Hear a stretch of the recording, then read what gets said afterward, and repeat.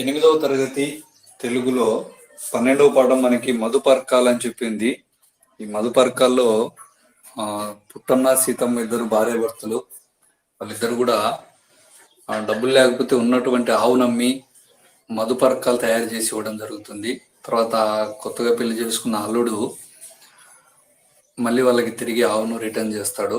So అది ఆ పాఠంలో ఉన్నటువంటి సారాంశం. దాన్ని ఒకసారి చదువుకుంటే సరిపోతుంది. మరి దాని తర్వాత సందేశం అనేటువంటి పాఠం ఉంది. ఈ సందేశం అనేటువంటి పాఠాన్ని రాసినటువంటి వ్యక్తి వచ్చేసి సురగాలి తిమోతి జ్ఞానానంద కవి. సురగాలి తిమోతి జ్ఞానానంద కవి. సో ఎస్టి జ్ఞానానంద కవి అంటాము. ఎస్టి జ్ఞానానంద కవి. మరి ఈ పాఠాన్ని ఆంధ్రప్రదేశ్ రాష్ట్ర సమాచార శాఖ వారు ప్రచురించినటువంటి సమైక్య భారతి కవితా సంపుటి నుండి తీసుకోబడింది. ఒక్క నిమిషం మేడం, నేను మళ్ళీ స్టార్ట్ చేస్తాను. కొంచెం ఏదో ప్రాబ్లం ఉంది.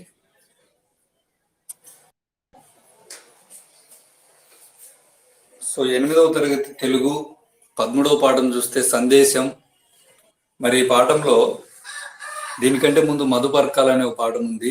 దాంట్లో పుట్టన్న సీతమ్మ ఇద్దరు కూడా భార్యాభర్తలు. వాళ్ళు మధుపర్కాలు చేసి ఆ ఊర్లో జరిగే పెళ్లిళ్ళకి మధుపర్కాలు చేసి అందిస్తూ ఉంటారు.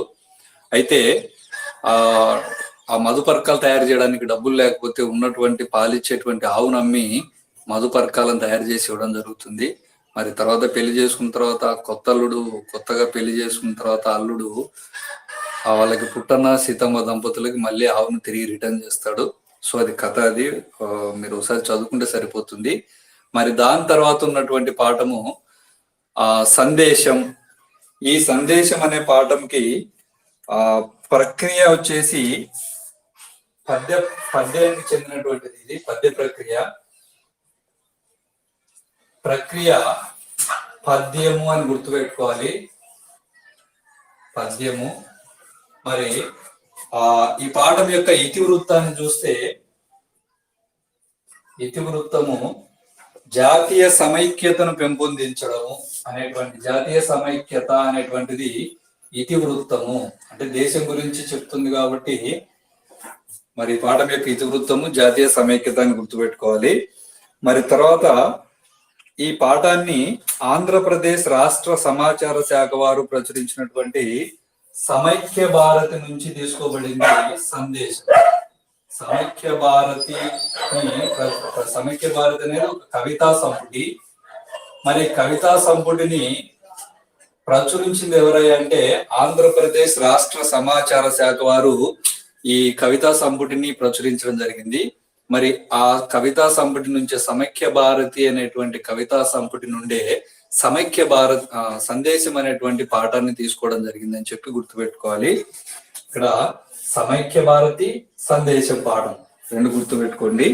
మరి ఈ పాఠం యొక్క ఉద్దేశం చూస్తే విభిన్నమైనటువంటి సంస్కృతులకి మరి అలాగే విభిన్నమైనటువంటి సాంప్రదాయాలకు భారతదేశం నిలయమైంది. మరి అలాంటి భారతదేశాన్ని గురించి, భారతదేశ గొప్పతనాన్ని గురించి తెలియజేస్తూ రాసినటువంటి పాఠం ఇది. భిన్నత్వంలో ఏకత్వం ఉంది మనకి. అంటే రకరకాల మతాలు, రకరకాల సాంప్రదాయాలు, సంస్కృతులు ఉన్నప్పటికీ దేశభక్తి అనగానే భారతదేశం అంతా ఏకమవుతుంది. దాన్నే జాతీయ సమైక్యత, దాన్నే భిన్నత్వంలో ఏకత్వం అని చెప్తాం. సో అలాంటి భిన్నత్వంలో ఏకత్వం కలిగినటువంటి భారతదేశం యొక్క గొప్పదనాన్ని, మరి ఆ భారతదేశం యొక్క ఉన్నతిని కాపాడడం కోసం, భారతదేశం యొక్క కీర్తి ప్రతిష్టలు పెంచడం కోసం భారతీయులుగా మనమేం చేయాలి అనేటువంటి విషయాలని పాఠం తెలుపుతుంది. అదే పాఠం యొక్క ముఖ్య ఉద్దేశము. మరి ఈ పాఠం రాసినటువంటి కవి పరిచయం చూస్తే ఎస్టి జ్ఞానానంద కవి.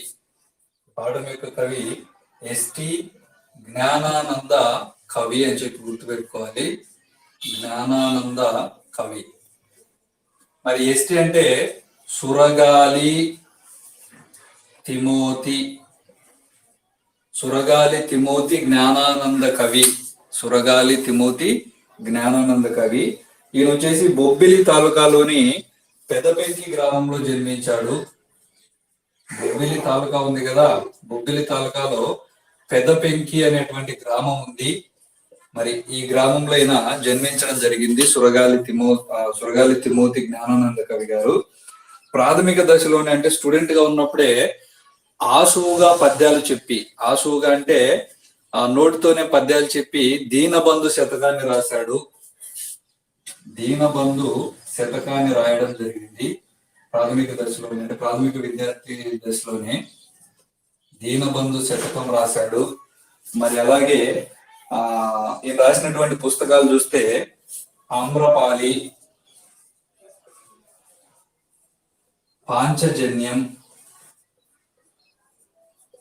ఆమ్రపాలి, పాంచజన్యం, మరి అలాగే క్రీస్తు శతకం,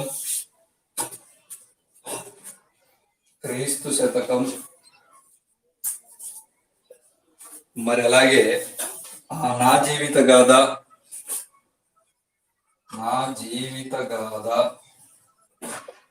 కూలీ నుండి కళా ప్రపూర్ణ వరకు,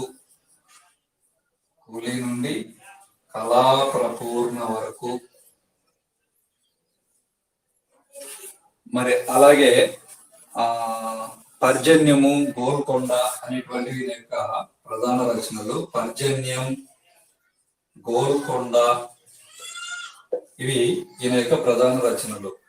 ప్రాథమిక విద్యార్థి దశలో ఉన్నప్పుడే ఆసు రూపంలో రాసినటువంటిది దీనబంధు శతకము, తర్వాత ఆమ్రపాలి, పాంచజన్యము, క్రీస్తు శతకము, నా జీవిత గాథ, కూలీ నుండి కళా ప్రపూర్ణ వరకు, పర్జన్యము, మరి అలాగే గోల్కొండ ఇలాంటి రచనలు ఎన్నో చేయడం జరిగింది ఎస్టి జ్ఞానానంద కవి అని చెప్పి గుర్తుపెట్టుకోవాలి. మరి తర్వాత వచ్చేసి ఇంకో ముఖ్యమైన విషయం ఏంటంటే 1975 లో ఈయనకి ఆంధ్రప్రదేశ్ సాహిత్య అకాడమీ అవార్డు వచ్చింది. 1975 లో ఆంధ్రప్రదేశ్ సాహిత్య అకాడమీ అవార్డు ఈయనకు రావడం జరిగింది అని చెప్పి గుర్తుపెట్టుకోవాలి. ఆంధ్రప్రదేశ్ సాహిత్య అకాడమీ అవార్డు. మరి తర్వాత వచ్చేసి రాష్ట్ర ప్రభుత్వంతో ఉత్తమ ఉపాధ్యాయ పురస్కారం అందుకున్నాడు. మరి అలాగే భారత ప్రభుత్వము పద్మశ్రీతో ఇతన్ని గౌరవించడం జరిగింది. తర్వాత సరళమైన శైలితో సామాజిక చైతన్యాన్ని అందించడం జరిగింది ఎస్టి జ్ఞానానంద కవి గారు. మరి ఈయన రాసినటువంటి పుస్తకాలన్నీ ఓసారి దీనబంధు శతకము, ఆమ్రపాలి, పాంచజన్యం, క్రీస్తు శతకం, నా జీవిత గాథ, కూలీ నుండి కళా ప్రపూర్ణ వరకు, మరి అలాగే పర్జన్యము, గోల్కొండ అనే పుస్తకాలు రాశాడు. మరి పుస్తకాలన్నింటినీ గుర్తుపెట్టుకోవడానికి ఒక చిన్న సెంటెన్స్ గుర్తుపెట్టుకుంటే సరిపోతుంది. అదేంటంటే తిమోతి కనిపిస్తుంది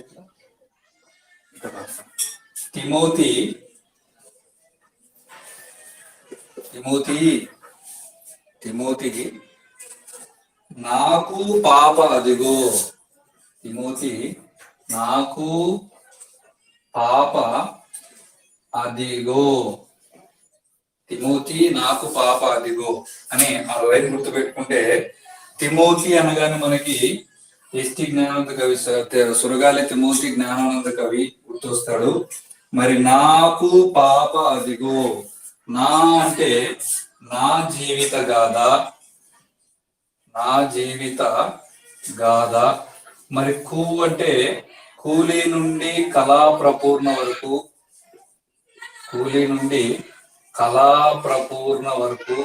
మరి పా అంటే పాంచజన్యం, మరి ప అంటే పర్జన్యం, మరి ఆ అంటే ఆమ్రపాలి, ది అంటే దీనబంధు శతకం, గో అంటే గోల్కొండ గుర్తుపెట్టుకుంటే సరిపోతుంది. మరి దీంట్లో మిస్ అయింది ఒకటి ఏదంటే క్రీస్తు శతకం అనేటువంటి బుక్ కూడా మిస్ అయింది. ఇక్కడ క్రీస్తు శతకం ను రాసింది ఎవరంటే ఎస్టి జ్ఞానానంద కవి అని చెప్పి గుర్తుపెట్టుకోవాలి. తిమోతి నాకు పాప అదిగో, నా అంటే నా జీవిత గాథ, కు అంటే కూలీ నుండి కళా ప్రపూర్ణ వరకు, పా అంటే పాంచజన్యం, ప అంటే పర్జన్యం, ఆ అంటే అమ్రపాలి, ది అంటే దీనబంధు శతకం, గో అంటే గోల్కొండ అని అర్థం. సో ఈ విధంగా గుర్తుపెట్టుకోవాలి. మరి తర్వాత వచ్చేసి పాఠం విషయానికి వస్తే, పాఠం అంతా కూడా భారతదేశం యొక్క గొప్పతనాన్ని గురించి తెలియజేయడం జరిగింది. ఈ పాఠం యొక్క ప్రక్రియ ఏది? పద్యం కాబట్టి పద్యాలు ఉన్నాయి. మరి ఇతివృత్తం ఏదంటే జాతీయ సమైక్యత, అంటే జాతీయ సమైక్యత భారతదేశం యొక్క గొప్పతనాన్ని తెలియజేస్తూ ఉంది కాబట్టి ఇది ఒక జాతీయ సమైక్యత అనేటువంటి ఇతివృత్తం ఆధారంగా రచించబడినటువంటి పాఠము. మరి సందేశం అనే ఈ పాఠం ఎక్కడి నుంచి తీసుకోబడింది అంటే ఆంధ్రప్రదేశ్ రాష్ట్ర సమాచార శాఖ వారు రాసినటువంటి సమైక్య భారతి అనేటువంటి కవితా సంపుటి నుండి ఈ పాఠం గ్రహించబడింది అని చెప్పి గుర్తుపెట్టుకోవాలి. మరి ఒకసారి పద్యాన్ని చూస్తే,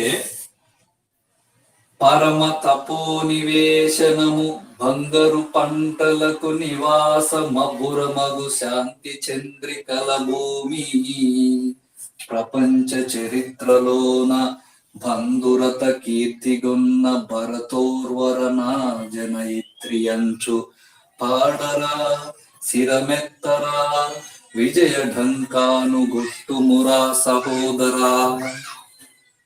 పరమ తపోనివేశనము అంటే పరమ తపోనిష్టమైనటువంటి పరమ తపోభూమి అయినటువంటి బంగారు పంటలకు నివాసమైనటువంటి తపోభూమి అయినటువంటి, అలాగే బంగారు పంటలకు నివాసమైనటువంటి మబ్బురమగు శాంతి చంద్రికల భూమి,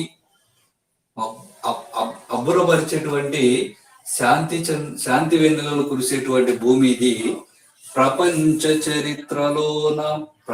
చరిత్రలోనే బంధురతర అంటే అపారమైనటువంటి కీర్తిగొన్న భరతోర్వర, కీర్తి కలిగినటువంటి, ప్రపంచ చరిత్రలోనే అపారమైన కీర్తిని సంపాదించుకున్నటువంటి భరతోర్వర నా జనయిత్రి, భరత భూమి నా తల్లి, నా జనయిత్రి అని ఎంచు పాడరా శిరమెత్తరా విజయ ఢంకాను గుట్టుమురా సహోదరా. ఈ భరత భూమి తపోభూమి. మరి బంగారు పంటలకు నివాసం ఇది. మరి అబ్బురపరిచేటువంటి శాంతి వెన్నెలలు కురిసేటువంటి భూమి ఇది. ప్రపంచ చరిత్రలోనే అపారమైనటువంటి కీర్తిని పొందినటువంటిది ఈ భూమి. మరి ఇలాంటి భూమిని నా జనయిత్రి, నా భరత భూమి అని పాడరా శిరమెత్తరా విజయ ఢంకాను గుట్టుమురా సహోదరా అని చెప్పి చెప్పడం జరిగింది. మరి రెండవ పద్యం చూస్తే, ఇది నా దేశము నన్ను గన్నయది, నా ఈ దేశ సౌభాగ్య సంపదలి విశ్వమునందు వర్ధిల్లగా తోడ్పాటున్ బొనర్తున్, మహాభ్యుదయము నెలకొల్పుదున్, భువనముల్ పూజింపన చీవుని ఎదలో గట్టి ప్రతిజ్ఞ గైకొనుమురా హిందూ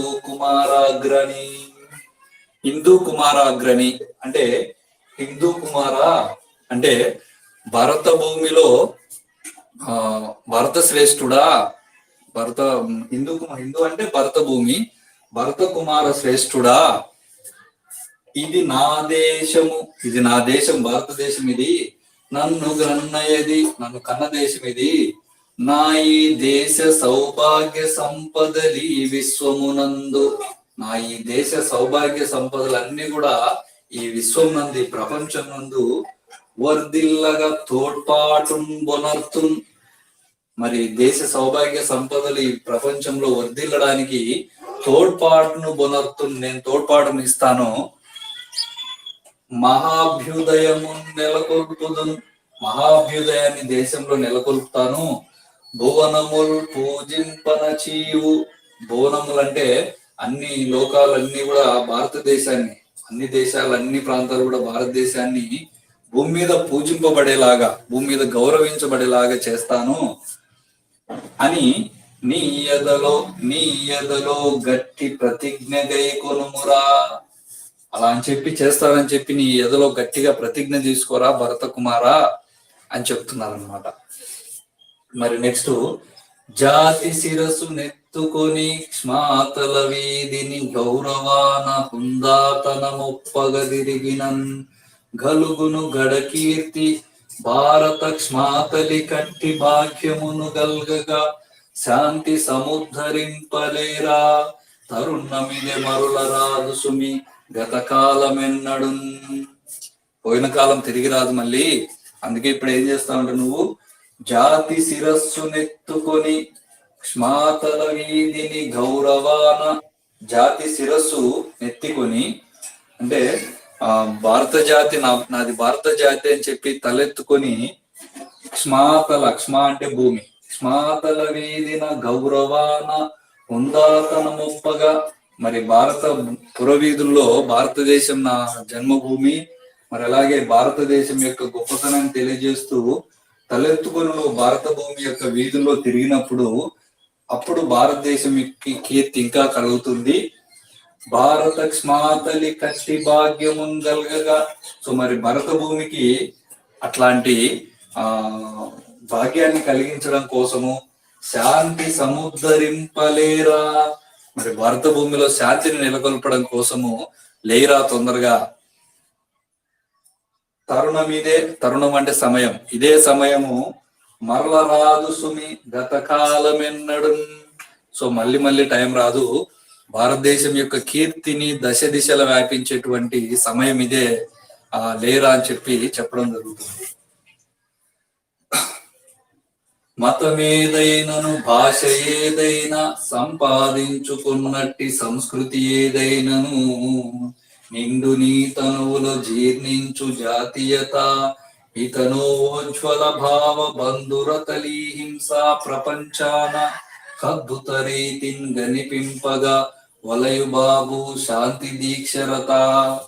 ఓ శాంతి కాముకుడా, ఓ శాంతిని ఆకాంక్షించేటువంటి వాడా, మతమేదైనను భాష ఏదైనా, మతం ఏదైనా సరే భాష ఏదైనా సరే సంపాదించుకున్నట్టి సంస్కృతి ఏదైనాను, నువ్వు సంపాదించుకున్నటువంటి సంస్కృతి ఏదైనా కానీ, మతం ఏదైనా భాష ఏదైనా నువ్వు సంపాదించుకున్నటువంటి సంస్కృతి ఏదైనా గాని నిండు నీ తనువులో జీర్ణించు, నీ తనువు అంటే శరీరం, నిండు నీ తనువులో జీర్ణించు జాతీయతాహితనోజ్వల భావ బంధురత.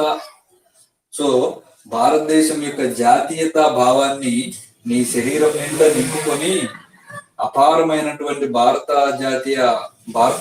భారతదేశ గొప్పతనాన్ని నీ నరనరాల్లో నింపుకొని ఈ హింస ప్రపంచాన అద్భుత రీతిని గనిపింపగా వలయు బాబు.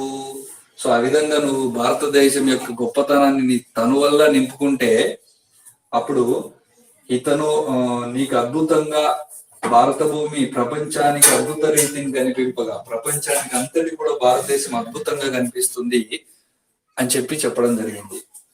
మరి నెక్స్ట్, నిఖిల ధరణికి శాంతిని నేర్పినట్టి భరత భువనము నీ తల్లి ప్రతియశము నిలువబెట్టుట నీ వంతు నిశ్చయముగా నీకు గలదు బాధ్యత హిందూ కుమారా. హిందూ కుమారా అంటే ఓ భరత కుమారా, నిఖిల ధరణికి శాంతిని నేర్పినట్టి, మొత్తం నిఖిల ధరణికి అంటే మొత్తం భూభాగానికి అన్ని దేశాలకి శాంతిని నేర్పించినటువంటి భరత భువనము నీ తల్లి. మరి అలాంటి అందరికీ శాంతి నేర్పించినటువంటి మన భారతదేశము నీ తల్లిగా భావించి ప్రతితయశము నిలవబెట్టుట. ప్రతితయశము అంటే కీర్తి, భారతదేశం యొక్క కీర్తిని నిలవబెట్టడం అనేటువంటిది నీ వంతు నిశ్చయముగా నీకు గలదు బాధ్యత హిందూ కుమారా. మరి ప్రపంచానికి అంతటికి శాంతిని నేర్పినట్టు భారతదేశం నీ భరత భూమి, నీ తల్లి అయినటువంటి భరత భూమి యొక్క కీర్తిని నిలవబెట్టడం అనేటువంటిది నీ బాధ్యత హిందూ కుమార్ అని చెప్పడం జరిగింది. మరి నెక్స్ట్ ఇక్కడ చూస్తే, శిరమెత్తరాదు మచ్చరకించి విషపు దౌర్జన్య కులమత హింసా పిశాచి. శిరమెత్తరాదు, తలెత్తనివ్వరాదు. ఎవరి తలెత్తనివ్వరాదు? మచ్చరకించి విషపు దౌర్జన్య కుల మత హింస పిశాచి కులము, మతము, హింసలు అనేటువంటి పిశాచుల్ని మన భారతదేశంలో అసలు తలెత్తనివ్వరాదు. నిలువగరాదు పెంబలిసిబోయిన దుష్ట నయవంచకాలి గుండాయిజంబు. మరి నిలబెట్టకూడదు, నిలవనీయకూడదు. దేని నిలవనీయకూడదు? పెంబలిసిపోయిన బలిసిపోయినటువంటి దుష్టుల్ని, అలాగే నయవంచకుల్ని అంటే మోసం చేసే వాళ్ళని, గుండాలని మన దేశంలో అసలు నిలువనీయరాదు వాళ్ళని. తొలచగరాదు విద్రోహాన దేశ భాగ్యాల నార్థ్యతను లంచాల జలుగా. సో మరి లంచాల జలుగా అనేటువంటిది భారతదేశాన్ని పట్టి పీడించరాదు. భారతదేశ సౌభాగ్యాన్ని లంచాల జలగలు పీడించనీయకూడదు. వచ్చి ఇంపగా రాదు ప్రతినిధి ఎగువాడు పగననల్ మొలకెత్తబడులా. మరి వచ్చింపగా రాదు, మాట్లాడకూడదు. ఎట్లాంటి మాటలు మాట్లాడకూడదు? ప్రతినిధి అగువాడు, ప్రజాప్రతినిధి అనేటువంటి వాడు ఎలాంటి మాటలు మాట్లాడకూడదు అంటే పగననల్ మొలకెత్త పలుకబడులా, అంటే పగలు కలిగించేటువంటి, పగలు ద్వేషాలు రెచ్చగొట్టేటువంటి మాటల్ని ప్రజాప్రతినిధి అనేటువంటి వాడు మాట్లాడకూడదు అని చెప్పడం జరిగింది. సో మరి నెక్స్ట్ పాఠము, నెక్స్ట్ ఇంకా 3 పద్యాలు ఉన్నాయి, అవి నెక్స్ట్ సెషన్ లో చూద్దాము. సో ఇక్కడ మనం చూస్తే తిమోతి నాకు పాప అదిగో అనేది గుర్తుపెట్టుకుంటే ఇవన్నీ గుర్తొస్తాయి. నా జీవిత కథ, కూలి నుండి కళాప్రపూర్ణ, పాంచజన్యం, పరిచయజన్యం, అమ్రపాలి, దీనబంధు శతకం, గోల్కొండ.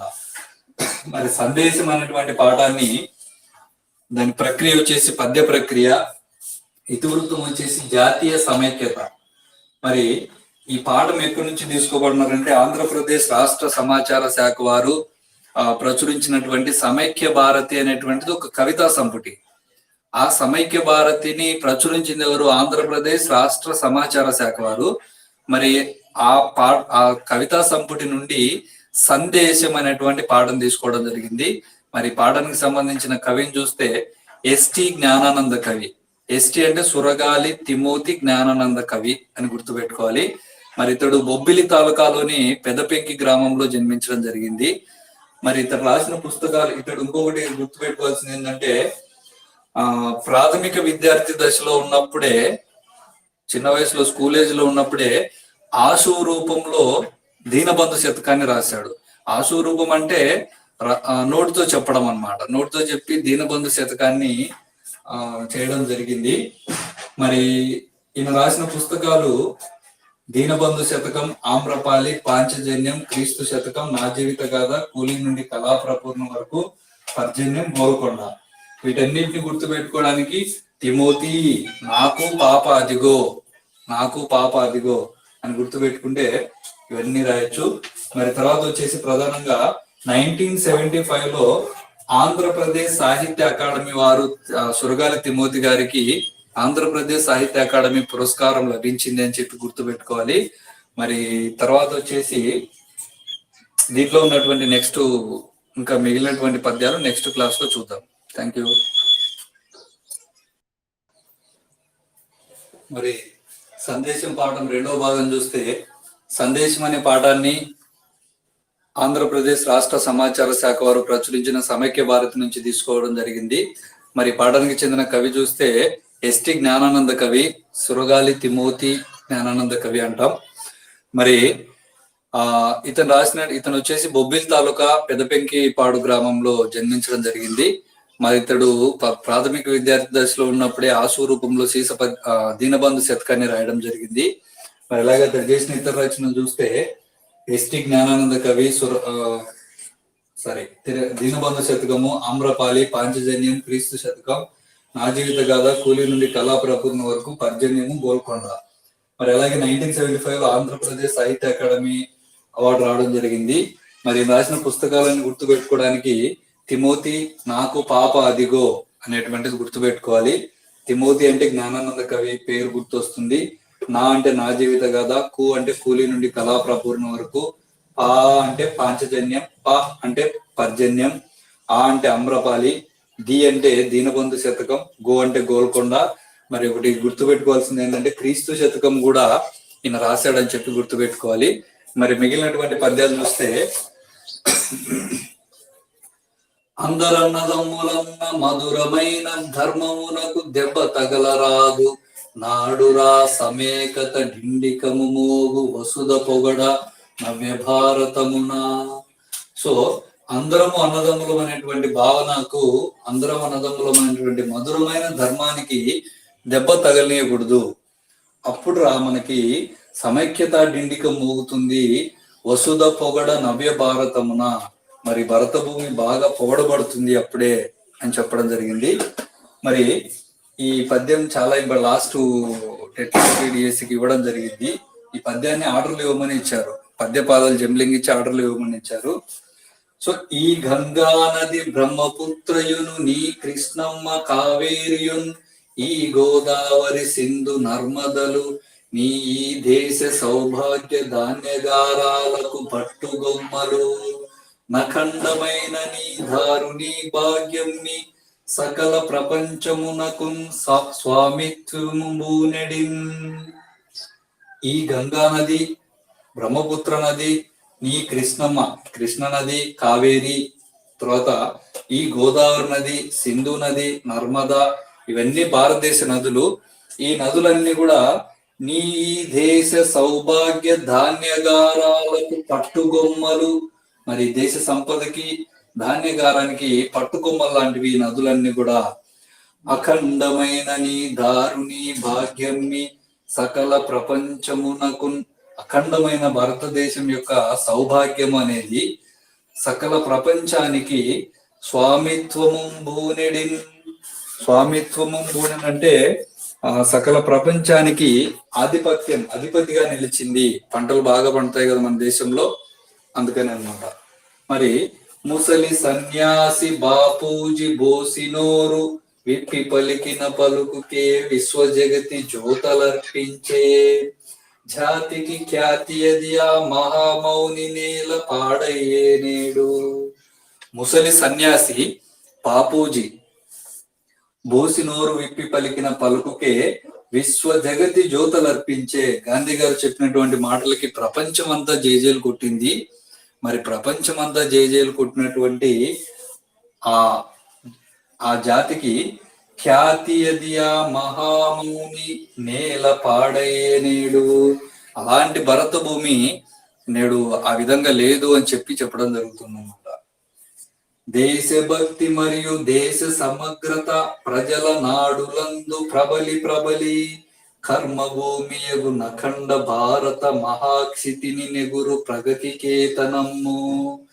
దేశభక్తి మరియు దేశ సమగ్రత ప్రజల నాడులందు ప్రబలి. దేశభక్తి మరియు దేశ సమైక్యత అనేది ప్రజల యొక్క నాడుల్లో బాగా ఇంకిపోయి, కర్మభూమియగు నఖండ, పుణ్యభూమి అయినటువంటి అఖండ భారత మహాక్షితిని నెగరు. సో అఖండమైనటువంటి పుణ్యభూమి అయినటువంటి భరత భూమి మీద ఎగరాలి. ఏది ఎగరాలి? ప్రగతి కేతనము. కేతనము అంటే జెండా అని అర్థం. సో అభివృద్ధి అనేటువంటిది భారతదేశంలో బాగా విలసిల్లాలి, ప్రగతి జెండా భారతదేశం భూమి మీద ఎగరాలి అని చెప్పి ఎస్టి జ్ఞానానంద కవి గారు చెప్పడం జరిగింది. Thank you.